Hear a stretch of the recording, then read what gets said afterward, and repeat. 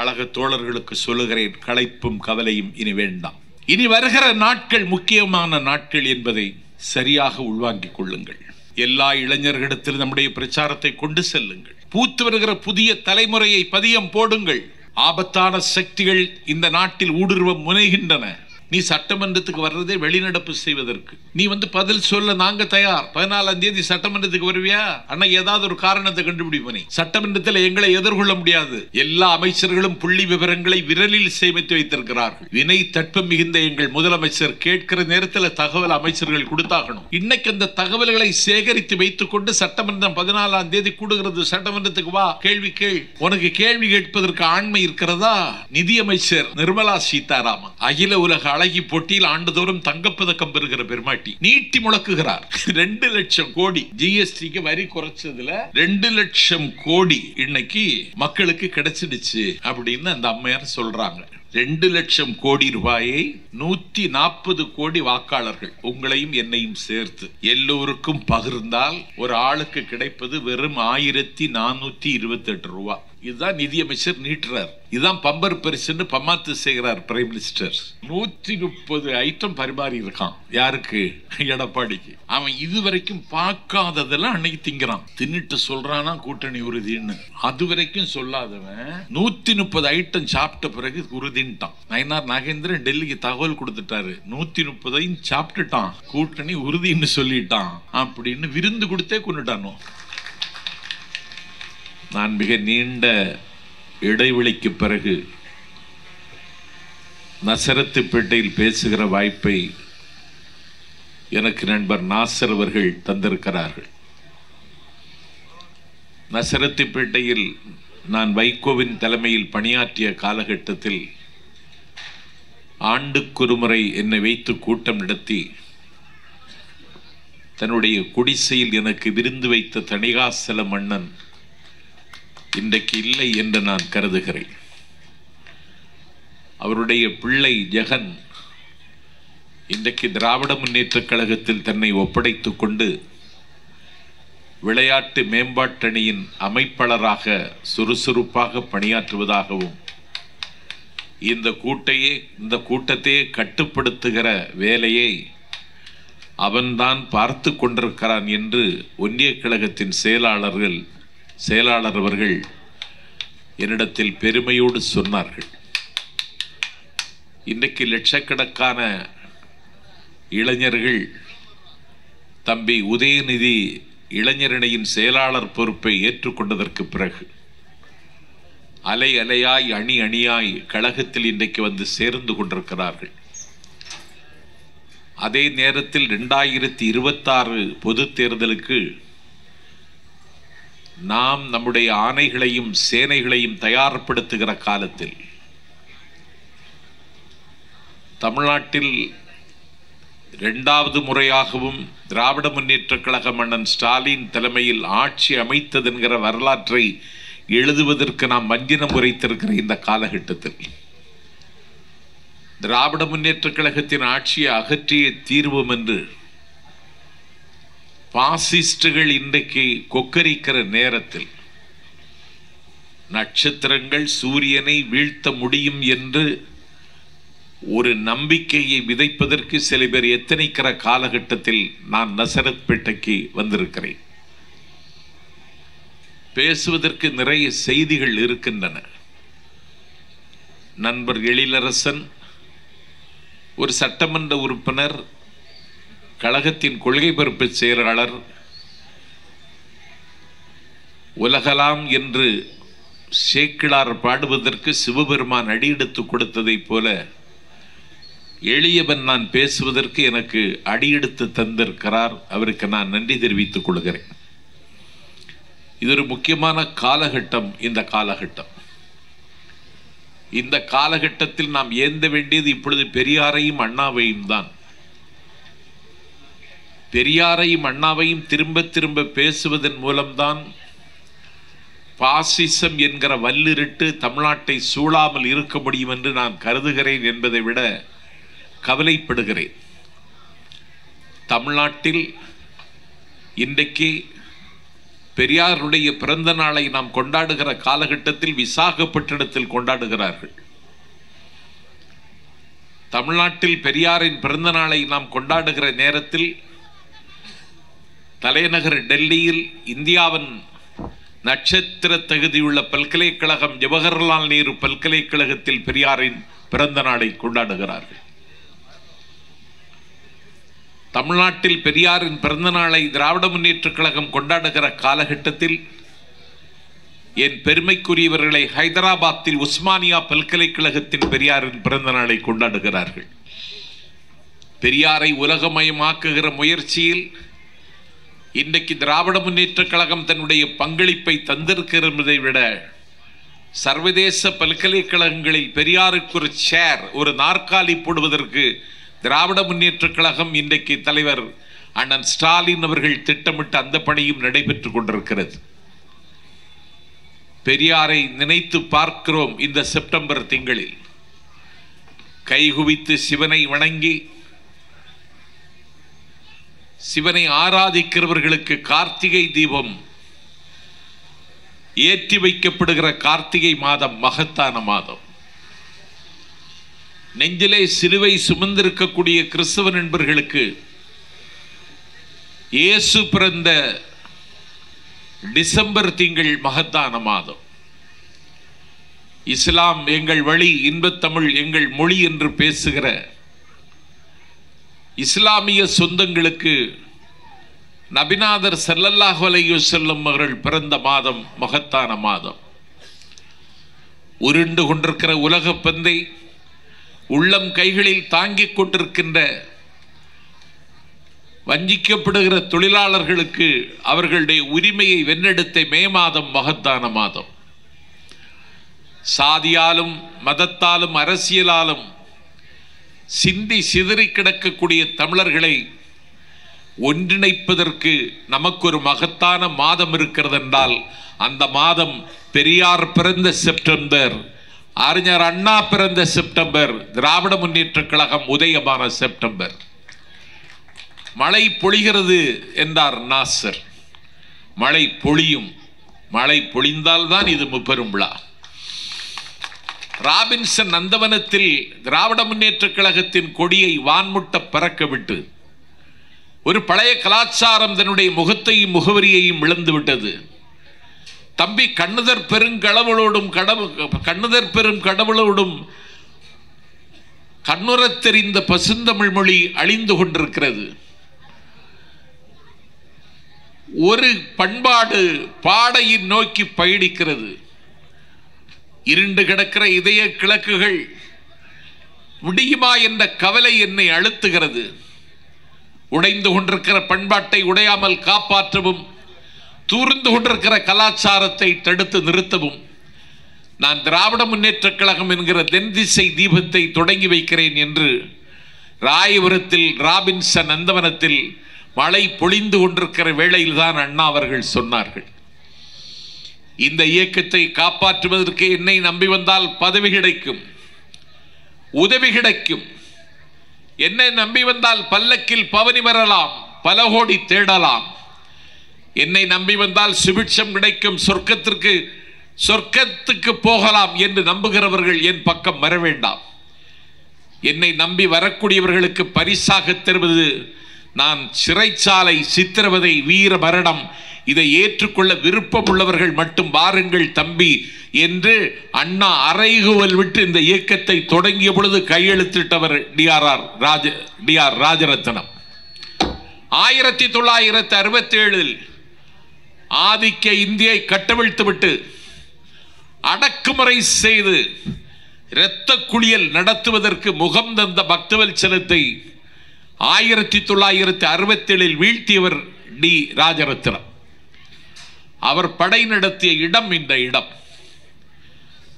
இன்றைக்கு திமுகவை வீழ்த்தி விடலாம் என்று பல பேர் கருதுகிறார்கள் என்பதை விட கவலைப்படுகிறார்கள். எடப்பாடி பழனிசாமி அவன் ஒரு இடைச்செருகல். அவர் இன்றைக்கு ஊர் ஊராக போகிறார் பச்சை வண்டியில். பச்சை பச்சையாக பேசுகிறார். மாட்சிமை தங்கிய முதலமைச்சரை இன்றைக்கு அவர் ஒருமையில் பேசுகிறார். பெரியாரை பற்றியோ அண்ணாவை பற்றியோ ஒரு வார்த்தை எடப்பாடி பழனிசாமியினுடைய வாயிலிருந்து வரவில்லை. ஏனென்றால் பெரியார் தான் இந்த மண்ணினுடைய குணம் அறிந்து பகுத்தறிவை பயிர் செய்தவர் என்பதெல்லாம் எடப்பாடி பழனிசாமிக்கு தெரியாது. நானே எழுதி, நானே அச்சிட்டு, நானே ப்ரூஃப் பார்த்து, நானே வெளியிட்டு, நானே படித்தாலும் படிப்பேனே தவிர குடியரசு வருவதை எந்த ஏகாதிபத்தியம் எதிர்க்க முடியாது என்று மிலேச்சத்தனமான பார்ப்பனியத்திற்கு அறைகூவல் விட்டவர் தந்தை பெரியார். கடவுள் சிலைகளை இந்த மண்ணில் மயில் கற்களாக மாற்றி காட்டியவர் தந்தை பெரியார். தேவலோகத்து கேவலங்களை தெருவில் போட்டு மிதித்தவர் தந்தை பெரியார். கட்டை விரல் மட்டுமே பதிக்க தெரிந்தவனுக்கு சுயசரிதத்தை எழுத கற்றுத்தந்தவர் தந்தை பெரியார். தொட்டிலில் கிடந்த பொழுதே பூமியுருண்டையை பற்றி கவலைப்பட்டவர் தந்தை பெரியார். ஒரு 97 ஆண்டு காலம் வாழ்ந்தார். இன்றைக்கு பெரியார் பிறந்த நாளை நண்பர் நாசர் நசரத்துப்பேட்டையில் கொண்டாடுகிற வேளையில் மிகுந்த மகிழ்ச்சியோடு சொல்லுகிறேன், வைக்கம் போராட்டத்தில் மலையாள மாநிலத்தில் வைக்கத்திற்கு அருகில் ஆறுகுட்டி சிறைச்சாலையில் பெரியார் அடைக்கப்பட்டார். அந்த ஆறுகுட்டி சிறைச்சாலையை தமிழ்நாடு அரசு பெரியார் நினைவகமாக மாற்றுகிறது என்ற செய்தி வந்திருக்கிற நேரத்தில் நான் நசரத்பேட்டைக்கு வந்திருக்கிறேன். அண்ணா ஊமைகளை பேச வைத்த பிருந்தாவனம். அண்ணா மேகம் போல் அழுதவன். அண்ணா பாம்பின் பல்லிலும் பால் கறந்தவன். அண்ணா வேம்பின் கிளையிலும் கூடு கட்டியவன். தலைகளை எண்ணிய தலைவர்களுக்கு மத்தியில் இதயங்களை எண்ணியவர் அண்ணா. சவரம் செய்யப்படாத முகம், சீவப்படாத தலை, வெற்றிலை காவி படிந்திருக்கிற பற்கள், மூக்குப்படி முத்தமிடக்கூடிய நாசி துவாரம், அழுக்கு படிந்த வேட்டி, கீழே இருக்கிற பட்டன் மேலே, மேலே இருக்கிற பட்டன் கீழே என்று எந்த ஒய்யாரமும் ஒப்பனையும் இல்லாமல் ஒரு நதியைப் போல நாடெல்லாம் நடந்து 1962 காஞ்சிபுரத்தில் தோற்கடிக்கப்பட்டதற்கு பிறகு தம்பிமார்கள் எல்லாம் 50 பேர் வெற்றி பெற்றார்கள். எல்லோரும் அழுதார்கள். கலைஞர் வென்றார். 1957 அண்ணா காஞ்சிபுரத்தில் வென்றார். அன்றைக்கு 15 பேர் சட்டமன்ற உறுப்பினர்கள். 1962 அந்த எண்ணிக்கை 50 ஆகிறது. 50 ஆனதற்கு பிறகும் அண்ணா தோற்றார். இந்த 50 சட்டமன்ற உறுப்பினர்களும் கதறி அழுதார்கள், விம்மி விம்மி அழுதார்கள்.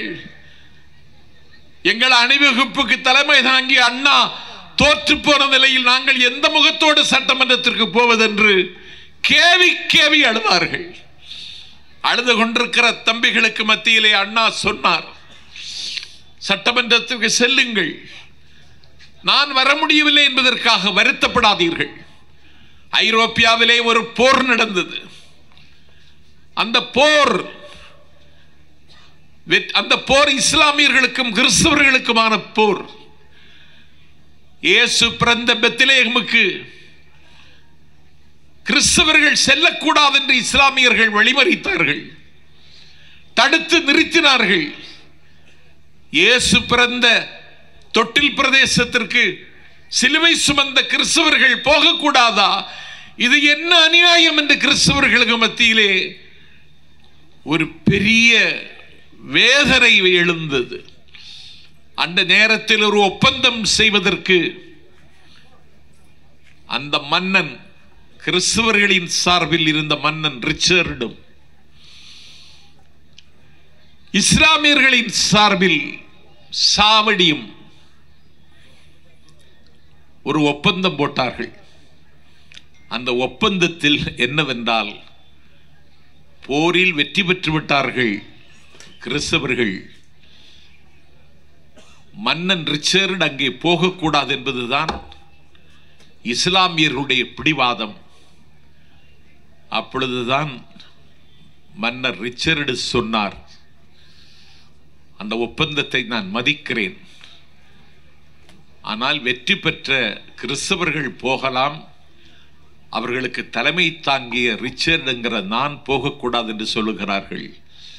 அமைதியும் நல்லிணக்கமும் என்றைக்கும் நின்று நிலவ வேண்டுமானால் நான் கூட போகாமல் இருக்கிறேன், கிறிஸ்தவர்கள் போகட்டும் என்று அந்த அவர்களை போக விட்டு அழகு பார்த்த ரிச்சர்டு மன்னனை போல நான் தோற்று போனாலும் என் தம்பிமார்களே நீங்கள் சட்டமன்றத்திற்கு செல்லுங்கள் என்று அண்ணா சொன்ன செய்தி இருக்கிறதே, இதை உலகத்தில் அண்ணா மட்டும்தான் சொல்ல முடியும்.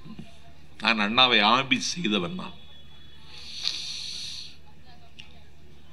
அண்ணா குறித்து ஒரு மிகப்பெரிய ஆய்வை இன்றைக்கும் நிகழ்த்தி கொண்டிருக்கிறேன். நான் இந்த விசாலமான அறிவு உலகத்தில் எந்த தலைவனுக்கும் இல்லை. அண்ணா நாடாளுமன்றத்திற்கு போகிறார் 62. 50 தம்பிமார்கள் அவரை டெல்லிக்கு அனுப்பினார்கள். அண்ணா சட்டமன்றத்திற்கு போக முடியவில்லை, டெல்லிக்கு போங்கள் என்று டெல்லிக்கு அனுப்பி வைத்தார்கள். அண்ணா சென்றார், கன்னி பேச்சு பேசுகிறார். நாடாளுமன்றத்தினுடைய கேலரி எல்லாம் நிரம்பி இருந்தது. வெளிநாட்டு பத்திரிகையாளர்கள் முழுவதும் நாடாளுமன்றத்தை ஆக்கிரமித்திருந்தார்கள். த பின் ட்ராப் சைலண்ட், ஊசி போட்டால் கீழே விழாத அளவுக்கு சப்தம். அண்ணா பேச போகிறார். டிரெவிடின் டெமஸ்தனிஸ் அண்ணா பேச போகிறார். அண்ணா பேச போகிறார் என்ற செய்தி டெல்லியை உலுக்குகிறது. அந்த நாளிலேயே குள்ள உருவம், ஒளிமிகுந்த கண்கள், சவரம் செய்யப்படாத முகம், இந்த தோற்றத்தோடு தான் அண்ணா நாடாளுமன்றத்துக்குள்ளே நுழைகிறார். அண்ணாவை பேசுவதற்கு அழைத்தார்கள். அண்ணா பேச தொடங்கும் பொழுதே சொன்னார், நேரு, இந்திரா உட்கார்ந்திருக்கிறார், நேருவின் மகள். அன்றைக்கு அண்ணாவினுடைய அணிவகுப்பில் இருந்தவர்கள் எல்லாம் Bhupesh Gupta communist, Indrajit Gupta communist, AK Gopalan communist, மது தண்டவதே, மதிலிமாயி, பிலுமோடி, எதிர் வரிசையில் இருந்தவர்களெல்லாம் ஆற்றலாளர்கள். ஆளுங்கட்சி வரிசையில் இருந்தவர்களும் ஆற்றலாளர்கள். வி கே கிருஷ்ணமேனன், அன்னை இந்திரா, பாபா ஜெகஜீவன் ராம், மிகப்பெரிய தலைவர்கள் ஆளுங்கட்சி வரிசையில் இருக்கிறார்கள். அண்ணா பேச ஆரம்பித்தார். நான் யாரு தெரியுமா என்று கேட்டார். I belong to Dravidian stock, நான் திராவிட பாரம்பரிய களஞ்சியத்தில் இருந்து வந்திருக்கிறேன். எல்லோருக்கும் வியர்த்து விட்டது. I am proud to call myself a Dravidian, நான் ஒரு திராவிடன் என்று சொல்லிக் கொள்வதிலே பெருமைப்படுகிறேன். 18 முழம் சேலை நெய்து அதை ஒரு தீப்பெட்டிக்குள் அடைத்து தீவுகள் தோறுமிட்ட திராவிடன் நான் வந்து நிற்கிறேன். காலையில் சூடாக இருக்கிற பாலை மாலையிலும் அதே சூட்டோடு பருகுவதற்கு இன்றைக்கு நாம் கண்டுபிடித்து பயன்படுத்துகிற தெர்மாஸ் பிளாஸ்கை சங்ககாலம் என்கிற தங்க காலத்தில் பயன்படுத்தியவர்கள் திராவிடர்கள். அதற்கு சேம செப்பு என்று பெயர் வைத்த திராவிடன் நான் வந்து நிற்கிறேன். ஒரு திடப்பொருளை அழுத்தினால் திடப்பொருளினுடைய டென்சிட்டி வித்தியாசப்படாது. ஒரு திரவ பொருளை எத்தனை தடவை அழுத்தினாலும் அதனுடைய டென்சிட்டி வித்தியாசப்படாது. ஆனால் திடப்பொருளை அழுத்தினால் டென்சிட்டி வித்தியாசப்படும். எவ்வளவுதான் ஒரு கப்பு தண்ணீரை நீங்கள் அமுக்கி அமுக்கி பார்த்தாலும், அழுத்தி அழுத்தி பார்த்தாலும், அந்த ஒரு கப்பு தண்ணீர் அப்படியே இருக்கும். திடப்பொருள் அப்படி இருக்காது. இதை இன்றைக்கு இருக்கிற அறிவியல் உலகத்திற்கு அறிவிக்கிறது என்றால், இதை 2000 ஆண்டுகளுக்கு முன்னாலே 9 நாளை உடுப்பவை 2 என்று சொன்ன எங்கள் அவ்வை பாட்டி, ஆள அமுக்கி முகிக்கினும் நாளி முகவாது நாளி தோழி என்று இந்த அறிவியலை அன்றைக்கே சொன்ன திராவிடன் நான் வந்து நிற்கிறேன்.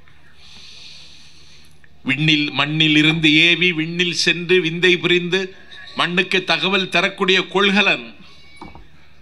இன்றைக்கு விண்ணிலே விந்தை செய்கிறான் தமிழன். தமிழர்கள் இன்றைக்கு விண்ணிலே செய்யக்கூடிய விந்தையை உலகம் ஆச்சரியத்தோடு பார்க்கிறது. இன்றைக்கு நாராயணன், நேற்றைக்கு அப்துல் கலாம், விழுப்புரத்தின் ஞானவேல், இந்த அதிசயங்களை நிகழ்த்தியவர்கள் எல்லாம் தமிழர்கள் என்றால் அண்ணா சொன்ன இருமொழி திட்டத்தை அவர்கள் பின்பற்றியதால் அந்த உயரத்திற்கு வந்தார்கள். அந்த ராக்கெட்டிலே பைலட் விமானி இருக்க மாட்டான். இப்படி பைலட் இல்லாத ஒரு விமானத்துக்கு நீங்கள் ராக்கெட் என்று பெயர் வைத்திருக்கிறீர்கள். இதை 2000 ஆண்டுகளுக்கு முன்னாலே தமிழர்கள் பயன்படுத்தினார்கள். அதற்கு வலவன் ஏறா வான உறுதி என்று பெயர் என்று அண்ணா நாடாளுமன்றத்திலே பதிவு செய்கிறார். வடமலை பிறந்த மணியும் பொன்னும், குடமலை பிறந்த ஆரமும் துகிலும், ஈழத்து உணவும் காளகத்து ஆக்கமும், காவிரிக்கரை ஓரத்தில் பூம்புகார் நகரில் மலை போல் குவிந்திருக்க அதையெல்லாம் சர்வதேச நாடுகளுக்கு கடல் வழியாக செலுத்தியவர்கள் நாங்கள், அந்த பாரம்பரியத்துக்குரியவர்கள் நாங்கள் என்று I belong to Dravidian stock. I am proud to call myself a Dravidian என்று அண்ணா பேசி முடித்த பிறகு காஷ்மீர் பிரச்சனை பற்றி 7.5 மணி நேரம் ஐக்கிய நாட்டு சபையில் பேசி மயங்கி விழுந்த V.K. கிருஷ்ணமேனன் அண்ணாவை ஆச்சரியத்தோடு பார்த்தார். 39 ஆண்டு காலம் பாராளுமன்றத்தின் படிக்கட்டில் நின்று அன்னை இந்திராவின் மறைவிற்கு பிறகு இந்தியாவை ஆளப்போகிறவர் இவர் என்று ஆரோடம் கணிக்கப்பட்ட பாபுஜி ஜகஜீவன் ராம் அண்ணா பேசி முடித்ததற்கு பிறகு நாடாளுமன்றத்தில் எழுந்து சொன்னார், அண்ணா நானும் திராவிடன் தான், ஐ ஆம் எ டிராவிடியன் ஃப்ரம் பீகார் என்று பீகாரில் பிறந்தவரை பேச வைத்த நாக்கு அண்ணாவின் நாக்கு, அவருடைய பிறந்த நாள். அதனால்தான் நண்பர் நாசரிடத்தில் சொன்னேன், அடுத்த தலைமுறைக்கு நம்முடைய லட்சியங்களை கடத்துகிற வேலையை விரைவாக செய்ய வேண்டிய காலம் இனி வருகிற காலம். யாரோ தமிழ்நாட்டை கபளீகரம் செய்து விடலாம் என்று கருதுகிறார்கள். அதிலே உங்களுக்கு உரிமை இருக்கிறது என்று நாஞ்சில் சம்பத் மறுக்கவில்லை. ஆனால் என்ன விமர்சனம் வைக்கிறீர்கள்? திராவிட முன்னேற்ற கழக அரசு ஆட்சிக்கு வந்ததற்கு பிறகு சட்டம் ஒழுங்கு கெட்டது என்று சில குட்டிச்சுவர்கள் குறைக்கின்றன. சட்டம் ஒழுங்கு கெட்டதற்கு எது சாட்சி சொல்? உத்தரப்பிரதேசத்தில் ஹத்ராஸில் காலடி என்கிற கிராமத்தில் ஒரு சாமியார் பேச வருகிறார், மேடை போட்டு கொடுக்கிறார்கள், லட்சக்கணக்கான மக்கள் அங்கே இந்த அவருடைய பேச்சை கேட்கிறார்கள். பேச்சு முடிந்து சாமியார் கீழே இறங்குகிறார். அவர் காலடி மண்ணை எடுக்க வேண்டும் என்று பெண்கள் நான் முந்தி நீ முந்தி என்று போட்டி போட்டுக் கொண்டு முன்னேறுகிறார்கள். காலடி மண்ணை எடுக்கிற போட்டியில் நெரிசலில் சிக்கி 228 பேர் உத்தரப்பிரதேசத்தில் இறந்தார்கள். எவனாவது சொன்னா இது எங்க மாநிலத்தில் இப்படி ஒரு அசம்பாவிதம் நடந்திருக்கிறதா?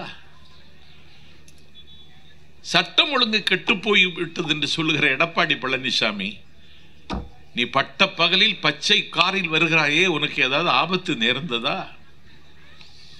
இல்லையே. ஒரு அண்ணா பல்கலைக்கழகத்தில் ஒரு மாணவி பாலியல் துன்புறுத்தலுக்கு ஆளாக்கப்பட்டார். அதற்கு தலைப்பு செய்தியிட்டார்கள்,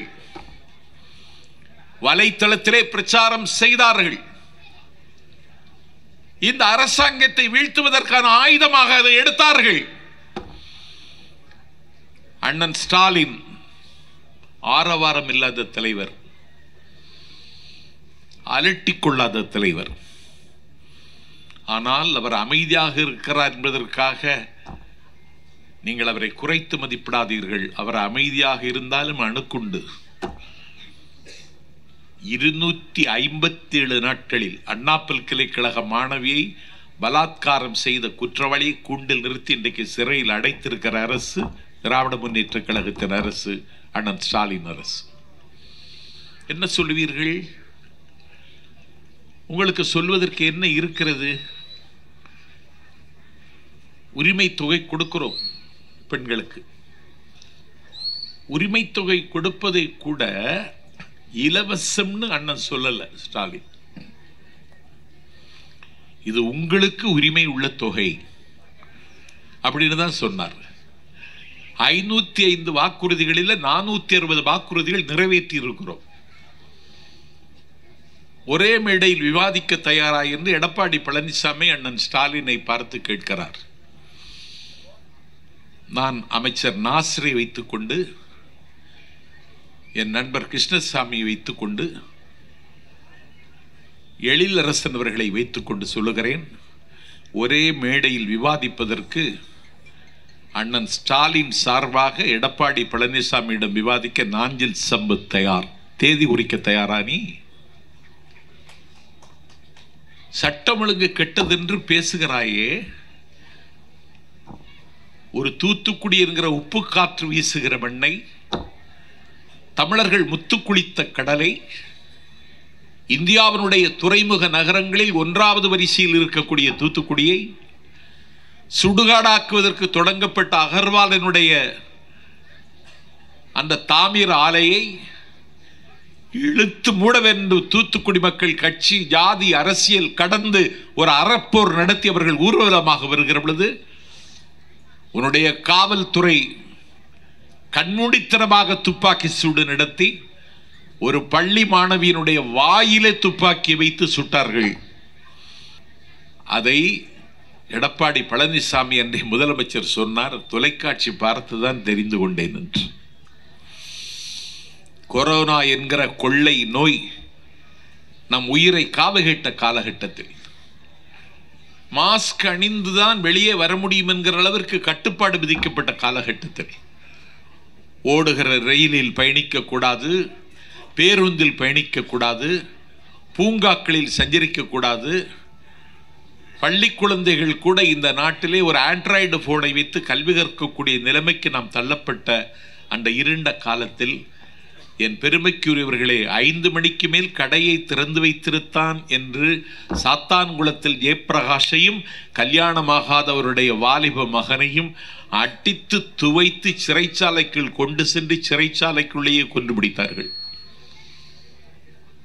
நீயா சட்டம் ஒழுங்கை பற்றி பேசுவது? அண்ணன் ஸ்டாலின் ஆட்சியில் குறை இருக்குன்னா சுட்டி காட்டுங்க. 14ஆம் தேதி சட்டமன்றம் கூட போகுது. சிறுபான்மை துறைக்கு அமைச்சராக இருக்கிற நாசர் பரிபாலிக்கக்கூடிய துறையில குற்றம் இருந்தா கோடிட்டு காட்டுங்கள், நாசர் பதில் சொல்வார். நீ சட்டமன்றத்துக்கு வர்றதே வெளிநடப்பு செய்வதற்கு. நீ பதில் சொல்ல நாங்க தயார். 14ஆம் தேதி சட்டமன்றத்துக்கு வருவியா? அண்ணா ஏதாவது ஒரு காரணத்தை கண்டுபிடிப்பனே. சட்டமன்றத்தில் எங்களை எதிர்கொள்ள முடியாது. எல்லா அமைச்சர்களும் புள்ளி விவரங்களை விரலில் சேமித்து வைத்திருக்கிறார்கள். வினை தட்பம் மிகுந்த எங்கள் முதலமைச்சர் கேட்கிற நேரத்தில் தகவல் அமைச்சர்கள் கொடுத்தாகணும். இன்னைக்கு அந்த தகவல்களை சேகரித்து வைத்துக் கொண்டு சட்டமன்றம் 14ஆம் தேதி கூடுகிறது. சட்டமன்றத்துக்கு வா, கேள்வி கேள்.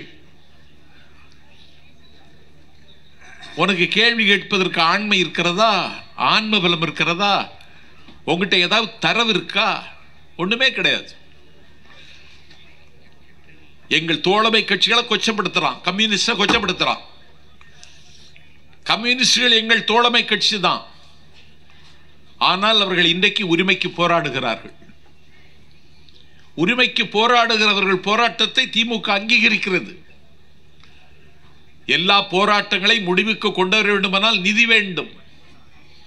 நிதியை தருகிறார்களா?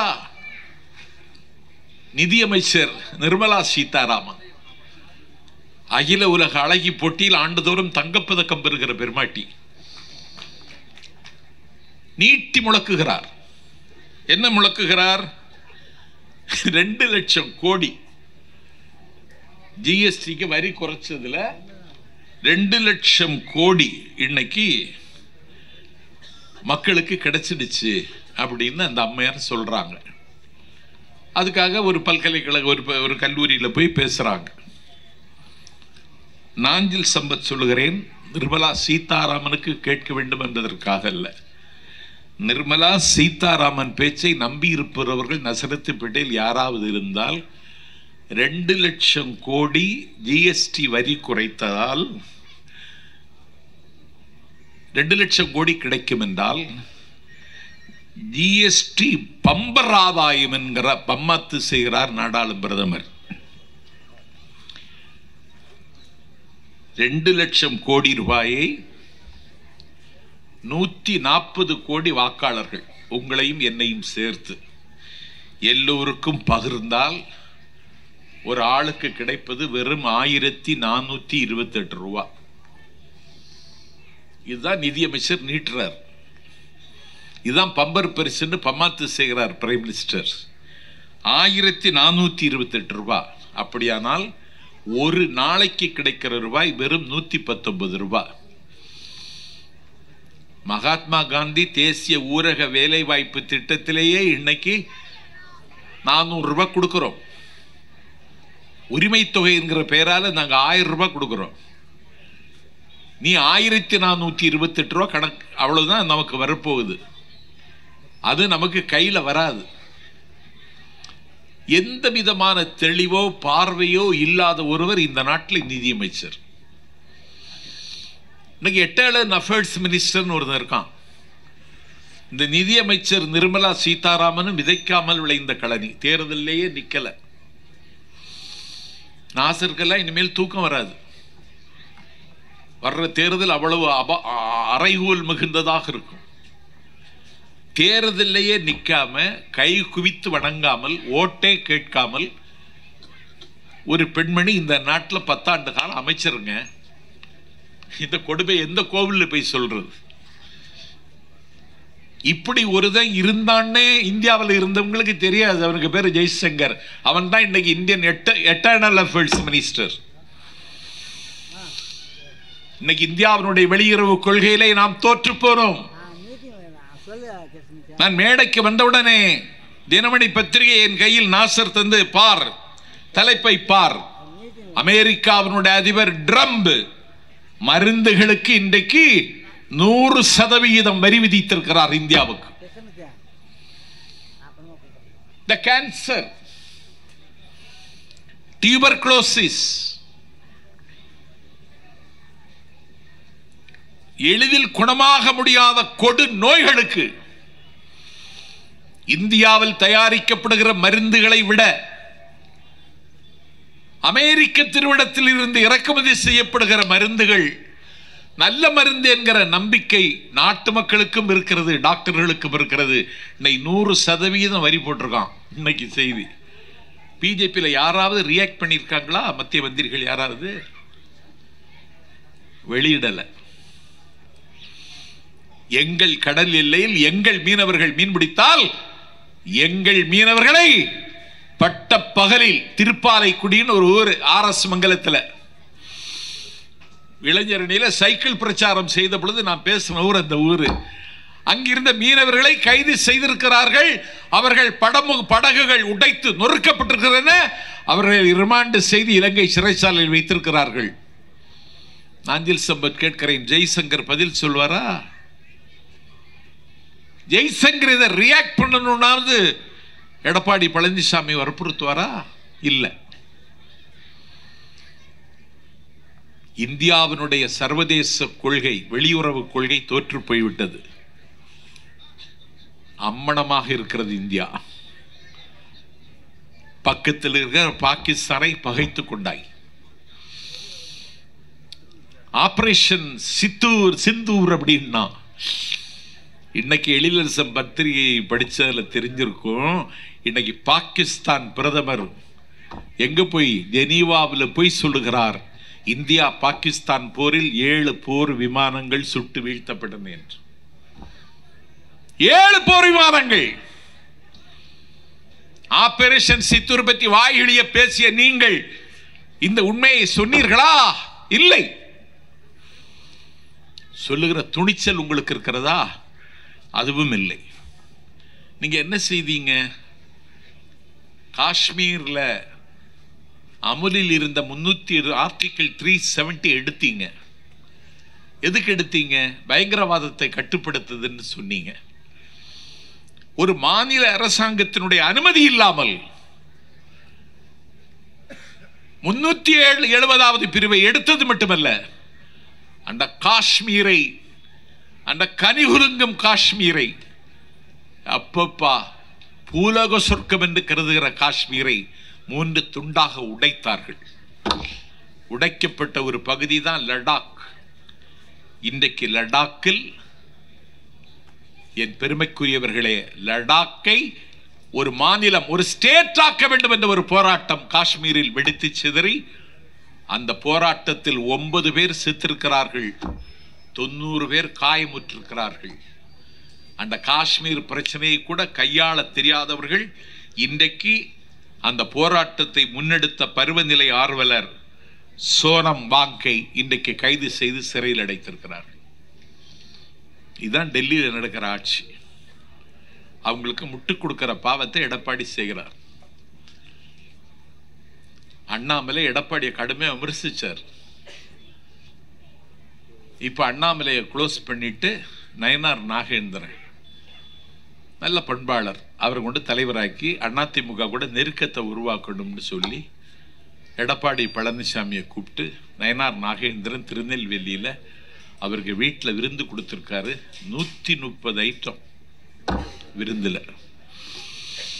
ஒன்றிய சிலர் காஃபி வாங்கி தாரேன்னு சொல்லி இதுவரைக்கும் தரல.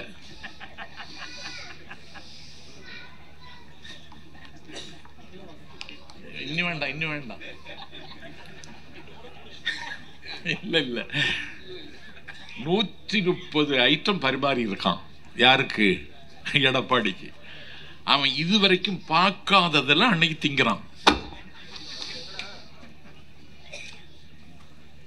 தின்னுட்டு சொல்றானா கூட்டணி உறுதின்னு. அது வரைக்கும் சொல்லாதவன் 130 ஐட்டம் சாப்பிட்ட பிறகு உறுதின்ட்டான். நயனார் நாகேந்திரன் டெல்லிக்கு தகவல் கொடுத்துட்டாரு, 130 சாப்பிட்டுட்டான், கூட்டணி உறுதின்னு சொல்லிட்டான் அப்படின்னு விருந்து கொடுத்தே கொண்டுட்டானோ. அமித்ஷாவுக்கு விருந்து கொடுக்கிறாரு. பாக முகவர்கள் கூட்டம் நெல்லையில் நடந்தால யார்? இந்த இதே நயனார் நாகேந்திரன் 30 ஐட்டம் தான் கொடுத்துருக்கான். எடப்பாடி பழனிசாமிக்கு 130 ஐட்டம். உள்துறை அமைச்சர் அமித்ஷாவுக்கு 30 ஐட்டம். அமித்ஷா போகும்பொழுது அவருக்கு எடை குறைந்து விட்டது. பழனிசாமிக்கு 130, எனக்கு 30 ஆண்டு கேட்டுட்டு போயிருக்கார். இனி அவர் தமிழ்நாட்டுக்கு வருவாராங்கிறதே சந்தேகமா இருக்கு. இதாண்டா அரசியல். எதுக்கு பிஜேபி கூட கூட்டணி சேர்ந்த சொல்லு? உங்களுக்கு ஏதாவது பார்வை இருக்கா? அவர் சொல்லிட்டார். எழிலரசர் சொன்னதுனால நான் அதை திரும்ப சொல்ல விரும்பல. கல்வி சிறந்த தமிழ்நாடுன்னு சொல்லி ஒரு நிகழ்ச்சியை எங்க சந்தையிலையும் சதுக்கத்திலையும் இல்லை, நேரு உள்விளையாட்டரங்கம் ஸ்டேடியத்தில் நடத்தணும். வாழ்த்தி பேசுவதற்கு யார் வந்தா? தமிழ்நாட்டில் இன்னைக்கு ஸ்டார் அந்தஸ்தில் உயர்ந்த இடத்தில் இருக்கிற என்னுடைய நண்பன் சிவகார்த்திகேயன் வந்தான். புகழ்பெற்ற இயக்குநர்களின் வரிசையில் இடம் பிடித்துக் கொண்ட நண்பர் வெற்றிமாறன் வந்தார். இசையமைப்பாளர் மிஷ்கின் வந்தார். தெலுங்கானா முதலமைச்சர் ரேவந்த் ரெட்டி வந்தார். அங்கே என்ன நடந்தது? முதலமைச்சர் நெகிழ்ந்ததைத்தான் எழிலரசர் சொன்னார். முகமது யாசின் ஒரு தம்பி, அவனுடைய தாயின் பெயர் நூர்ஜஹான். நான் தாய்மார்களுக்காக சொல்ல, எல்லாத்தையும் போய் சொல்லுங்க. இதை சீரியல் பார்க்கறதெல்லாம் 6 மாசம் நிறுத்துங்க. முகமது யாசினுடைய தாய் நூர்ஜஹான் அரசின் ஊக்கத்தொகை மூலம்தான் தைவான் நாட்டில் படிக்கிற வாய்ப்பு என் பிள்ளை முகமது யாசினுக்கு கிடைத்தது. தந்தையை இழந்த என் மகன் முகமது யாசின் என்பதை விட என் மகனை நான் இனிமேல் தமிழ்நாடு அரசின் குழந்தை என்று சொல்வதில் மகிழ்ச்சி அடைகிறேன் என்று நூர்ஜஹான் சொல்லுகிறார். இன்னொரு பெண்மணி சொல்லுகிறார், என் மகள் இன்று இருக்கும் நிலையே நான் கனவில் கூட நினைத்ததில்லை. இப்படிப்பட்ட முதலமைச்சருக்கு நன்றி தெரிவிக்கவில்லை என்றால் ஒரு தந்தையாக இருக்க தகுதி இல்லாதவன் ஆவேன். அரசு ஊக்கத்தொகை மூலம் மலேசியாவில் கல்வி பயிலுகிற சுப்ரி என்ற மாணவியின் தந்தை வெங்கடேசன் தான் இந்த வாக்குமூலத்தை தருகிறார். மேடையில் வைத்து ஒரு மாணவி அரசு புதுமை பெண் திட்டத்தின் மூலம் கல்வி கற்று அதன் மூலம் வேலை வாய்ப்பு பெற்று அந்த தொகையை, சம்பளம் வாங்கிய தொகையை அந்த விழாவில் முதலமைச்சருக்கு முன்னாடியே அவங்க அப்பாட்ட கொடுத்துட்டாங்க. மேடையில் வச்சு. அந்த மாணவிக்கு பேர் பிரேமா. ஒரு மாணவன் விஷ்ணு, அவன் சொல்றான், நான் இஸ்ரோவில் பணியாற்றுவேன். அப்துல் கலாமும் விக்ரம் சாராபாயும் ஞானவேலும் நாராயணனும் பணியாற்றிய இஸ்ரோவில் நான் பணியாற்றுவேன் என்று சூளுரைக்கிறான் அந்த விழாவில் ஒரு தம்பி. அவன் பேர் விஷ்ணு. இன்னொரு மாணவன் சொல்லுகிறான், முதலமைச்சர் தயவால் நான் இனிமேல் கொரியா செல்ல போகிறேன் என்று மகிழ்ச்சியோடு சொல்லுகிறான். புதுமை பெண் திட்டத்தில் மாதம் 1000 ரூபாய் உதவி பெறுகிற ரம்யா என்கிற மாணவி சொல்லுகிறாள், இந்த 1000 ரூபாய் நிதியை வைத்துத்தான் காது கேளாத என் அம்மாவுக்கு நான் ஒரு காது கேட்கிற கருவியை வாங்கி கொடுத்தேன். நான் படித்து வேலைக்கு போனதற்கு பிறகு என்னுடைய தாயினுடைய காதில் வந்திருக்கிற நோயை பூரணமாக குணமாக்க நான் என்னுடைய வாழ்க்கையை அர்ப்பணித்துக் கொள்வேன் என்று ஒரு மாணவி சொல்லுகிறாள். கணித ஆசிரியை ஆக வேண்டும் என்று ஒரு மாணவி சொல்லுகிறார். முதலமைச்சர் அந்த மாணவி வான்னு கூப்பிட்டு பக்கத்தில் அழைச்சி தன்னுடைய பேனாவை அந்த மாணவிக்கு பரிசாக கொடுத்தார். என் பெருமைக்குரியவர்களே, நான் முதல்வன் திட்டத்தால் நான் ஜப்பான் செல்ல இருக்கிறேன் என்று சாலேஜா ஜோன்ஸ் என்ற மாணவி பேசியது மட்டுமல்ல, முதலமைச்சர் முன்னிலே அந்த விழாவில் ஜப்பான் மொழியிலேயே பேசினான்.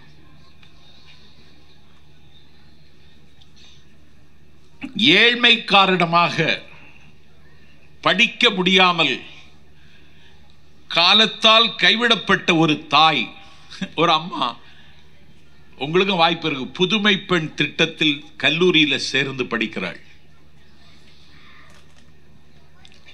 என்ன அதிசயம் தெரியுமா? அவள் வயதானதற்கு பிறகு புதுமை பெண் திட்டத்தில் சேர்ந்து காலேஜில் படிக்கிறா. அவளுடைய மகனும் அதே கல்லூரியில் மாணவனாக படிக்கிறான். இதற்கு பேர் தான் திராவிட மாடல் கவர்மெண்ட். இந்தியாவில் எங்கேயாவது இந்த அதிசயம் நடந்திருக்கா? இத்தனை பேர் பாராட்டுகிறார்கள். தகவல் தொழில்நுட்ப அணியில் இருக்கிற தம்பிமார்களை நாசர் ஆற்றுப்படுத்த வேண்டும். இந்த செய்திகளை எல்லாம் சுட சுட கண்மூடி கண் திறப்பதற்குள் தமிழ்நாட்டு மக்களின் எல்லோருடைய கவனத்திற்கும் போகுவதற்கு மாவட்ட செயலாளர் என்ற நிலையில், அமைச்சர் என்ற நிலைமையில் நண்பர் நாசர் உடனடியாக நடவடிக்கை எடுத்தாக வேண்டும். ஏனென்றால் இன்றைக்கு பத்திரிகைகளோ தொலைக்காட்சியோ, நானே இப்போ தொலைக்காட்சி பார்க்கறது இல்லை, விவாதங்களுக்கு நான் இப்போ போறதில்லை. அந்த விவாதத்துக்கு போனால் அங்கே என்ன வலதுசாரின்னு ஒருத்தனை கூட்டி உட்கார வச்சிடறான். எழிலரசனையே நான் பார்க்கறது இல்லை, இப்போ கொண்டு உட்கார வச்சிடறான். அவன்கிட்ட மல்லு கட்ட வேண்டியது இருக்கு. வேற அனாதையா இருக்கிறவனையெல்லாம் கொண்டு உட்கார வச்சிருக்கான். அவங்க கூட நாம் பேச வேண்டியது இருக்கு. நான் கல்லூரி மாணவனாக இருந்த பொழுது நாடுதழுவிய பேச்சு போட்டியில் 42 முதல் பரிசு பெற்ற மாணவன் நாம் போய் சப்பானிகள்கிட்ட எல்லாம் போய் சண்டை போட வேண்டியது இருக்கு. அதனால தொலைக்காட்சி விவாதத்துக்கே நான் போறதில்லை. தொலைக்காட்சி, செய்தித்தாள், அச்சு ஊடகம், காட்சி ஊடகம் எல்லாம் இன்றைக்கு மதிப்பிழந்து வருகிற காலத்தில், சோசியல் மீடியா அதற்கு மதிப்பு கூடி வருகிற காலகட்டத்தில், நான் திருச்செங்கோடு மொழிப்போர் தியாகிகள் நினைவு நாள் கூட்டத்தில் பேசின பேச்சு, ரத்தம் சொட்ட பேசின அந்த பேச்சை எத்தனை கோடி பேர் பார்த்திருக்காங்க தெரியுமா, கேட்டிருக்காங்க தெரியுமா? 2,88,00,000 பேர் பார்த்திருக்கிறார்கள். அதனால தகவல் தொழில்நுட்ப பிரிவில் இருக்கிற தம்பிமார்கள் பொறுப்பை சரியாக உள்வாங்கிக் கொண்டு நம்முடைய செய்திகளை உடனடியாக கடத்துங்கள், மக்களுக்கு போய் சேரட்டும். நம்மிடம் ஆற்றல் இருக்கிறது, நமக்கு சர்வீஸ் பண்ணணுங்கிற மென்டாலிட்டி இருக்கிறது. இந்த மக்களுக்காக தியாகம் செய்ய வேண்டும் என்கிற உணர்வு நமக்கு இன்னும் இருக்கிறது. இதை நம்ம சொல்ல வேண்டிய முறையில் சொல்லுவதில் தோற்றுவிட்டோமோ பின்தங்கி விட்டோமோ என்று எனக்கு ஒரு கவலை இருக்கிறது. அதனால்தான் சொன்னேன் நாசர்ட்ட, மீட்டிங் ஸ்பாட் என்று கருதப்படுகிற இடத்துல எல்லாம் பிரச்சார கூட்டங்களை நடத்துங்கள். அடை மழை, ஐப்பசி மாதத்து அடை போல மழை போல பிரச்சார கூட்டங்களை நடத்தினால் எதிரிகள் தமிழ்நாட்டில் ஊடுருவ முடியாது, தற்காத்துக் கொள்ள முடியும். இதைவிட பெரிய ஆபத்துகளை பார்த்த இயக்கம் இந்த இயக்கம். 1972 திண்டுக்கல் இடைத்தேர்தலில் வெற்றி பெற்று 77 மக்கள் திலகம் எம்ஜிஆர் ஆட்சிக்கு வருகிறார். அன்றைக்கு நமக்காக பேச ஆள் இல்லை. நாம் இருட்டடிப்புக்கு ஆளாக்கப்பட்டோம். ஊழல் முத்திரை குத்தி நம்மளை உதாசீனம் செய்தார்கள். அந்த காலகட்டத்திலே கூட மக்கள் திலகம் எம்ஜிஆர் முதலமைச்சராக முடிசூட்டப்பட்ட பொன்வேளையில் 48 இடங்கள் பெற்று தமிழ்நாட்டின் எதிர்க்கட்சி தலைவர் என்கிற சிகரத்தை தொட்டார் கலைஞர். கழக தோழர்களுக்கு சொல்லுகிறேன், களைப்பும் கவலையும் இனி வேண்டாம். இனி வருகிற நாட்கள் முக்கியமான நாட்கள் என்பதை சரியாக உள்வாங்கிக் கொள்ளுங்கள். எல்லா இளைஞர்களிடத்தில் நம்முடைய பிரச்சாரத்தை கொண்டு செல்லுங்கள். பூத்து வருகிற புதிய தலைமுறையை பதியம் போடுங்கள். ஆபத்தான சக்திகள் இந்த நாட்டில் ஊடுருவ முனைகின்றன. இந்தியாவை இன்றைக்கு இருட்டில் தள்ளிவிட்டார்கள். தமிழ்நாடு மட்டும்தான் தலை நிமிர்ந்து இந்தியாவில் நிற்கிறது. ஒன்றிய மனிதவள மேம்பாட்டுத்துறை அமைச்சர் தர்மேந்திர பிரதான் தமிழ்நாட்டுக்கு வந்தே சொல்லுகிறார், மும்மொழி கொள்கையை ஏற்றுக்கொண்டால் மட்டும்தான் 2151 கோடி ரூபாய் விடுவிக்க முடியும் என்று தர்மேந்திர பிரதான் சொல்லுகிறார். அப்படின்னா என்ன எகத்தாளம், என்ன திமிரு! நியூ எஜுகேஷன் பாலிசி எவ்வளவு பெரிய ஆபத்து! அந்த ஆபத்தை கோடிட்டு காட்டினார் எழிலரசன். இதை இளைஞர்களுக்கு சொல்லுங்கள். நீ என்ட்ரன்ஸ் எக்ஸாம் வைக்கிற, நீட் எக்ஸாம் வைக்கிற, நான் நாசர்ட்ட ஒரு உதவி வேணும்னு கேட்டேன். என் மகன் எம்டி முடிச்சுட்டான். அதே கடன் பட்டு தான் படிக்க வச்சேன். இப்போ அவன் சூப்பர் ஸ்பெஷாலிட்டி படிக்கணுங்கிறான். அதுக்கு என்ட்ரன்ஸ் எழுதணும். என்ட்ரன்ஸ் எழுதுறதுக்கு எழுதி ஜெயிச்சுட்டான், பாஸ் ஆயிட்டான். கவுன்சிலிங் அட்டன் பண்றதுக்கு 2.5 லட்சம் ரூபாய் பீஸ் கட்டணும். எங்க போறது? எப்படி கட்டுறது? ஏன் நீட்டு கொண்டு வர்றான்? இதுக்கு தான் இந்தியா முழுவதும் இருக்கிற கல்வி வியாபாரிகளும் கோச்சிங் சென்டரும் கொள்ளையடிப்பதற்கு அவன் கொண்டு வந்தான். இன்னைக்கு அந்த போராட்டம் நடந்துட்டு இருக்கு. ஆகவே திமுக உங்களை துலங்கச் செய்யும், உங்களை விளங்கச் செய்யும். அண்ணன் ஸ்டாலினுக்கு வயசு 72 ஆயிடுச்சு. அவர் பேசுற கூட்டத்தில் நான் முன்னாடி பேசிட்டு போவேன். நானும் கொஞ்சம் களைத்து போனேன், இளைத்து போனேன். என்னுடைய தொண்டையில வலிமை இருக்கிற வரை, உலா வருகிற வன்மை என்னுடைய உடம்பில் இருக்கிற வரை திசைகள் அதிர பேசி மீண்டும் 7வது முறையாகவும் தமிழ்நாட்டில் அண்ணன் ஸ்டாலின் ஆட்சியை கொண்டு வருவதற்கு என்னை அர்ப்பணிப்பேன் என்பதை இந்த நேரத்தில் பதிவு செய்து, இவ்வளவு நேரம் பொறுமையாக கேட்ட உங்கள் கால்களில் கால் மலரில் என் கண்மலரை வைத்து வணங்கி, இன்னும் நான் பேசிக் கொண்டிருந்தால் நிலைமை தெரியாதவன் சம்பத் என்று நாசரே என்னிடத்தில் சண்டைக்கு வந்து விடுவார் என்று பயந்து விடைபெறுகிறேன். நன்றி, வணக்கம்.